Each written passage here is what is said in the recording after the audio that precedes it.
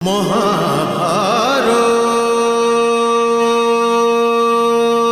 বসুন বাসুদেব।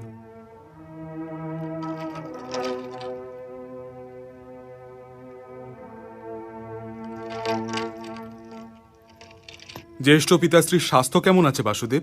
প্রথমে মাতাশ্রীর স্বাস্থ্যের বিষয় তো জিজ্ঞাসা করুন ভ্রাতাশ্রী।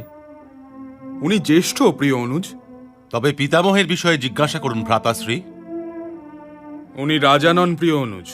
কিন্তু উনি এমন রাজা যিনি নিজের অনুজ পুত্রদের অধিকার হরণ করে নিয়েছেন।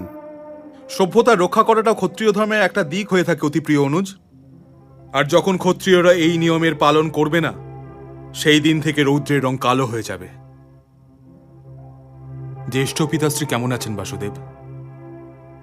সুস্থ, কিন্তু চিন্তিতও আছেন। সুস্থ আর চিন্তিত তো গঙ্গাপুত্র ভীষ্ম আর দুজন আচার্য শ্রেষ্ঠ, কিন্তু মহারাজের চিন্তা অন্য কোনো প্রকারের, আর এই মহাপুরুষদের অন্য প্রকারের। মহারাজ যুদ্ধের বিষয় নিয়ে চিন্তিত, আর এই দুজন মহাপুরুষ যুদ্ধের পরিণামের বিষয়ে। অর্থাৎ যুদ্ধ নিশ্চিত হয়ে গেছে। হ্যাঁ পার্থ, যুদ্ধ তো নিশ্চিত হয়ে গেছে। আমি এই যুদ্ধকে পরিত্যাগের সমস্ত রকম চেষ্টা করে দেখেছি, কিন্তু দুর্যোধন যুদ্ধই চাইছে।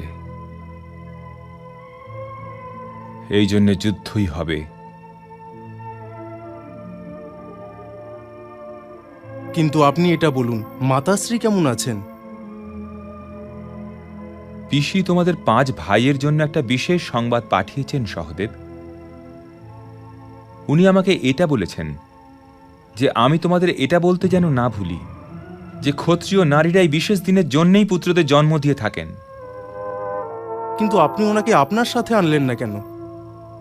কিন্তু আমাদের মাতাশ্রীর আমাদের শত্রুদের শিবিরে থাকা উচিত নয়। যুদ্ধনীতি তো এটাই বলে থাকে বাসুদেব। এই যুদ্ধ অন্য যুদ্ধগুলোর মতন নয়। এই যুদ্ধ কেবল এই পাশা খেলার ছকের ওপর খেলা হবে না, যেখানে বাণের সঙ্গে বাণ আর গদার সঙ্গে গদার সংঘর্ষ হবে, যেখানে অশ্বর পায়ের চাপে উড়ে আসা ধুলো সূর্যকে ঢেকে দেবে, কখনো দিনের সময়টা রাত্রি বলে মনে হতে থাকবে।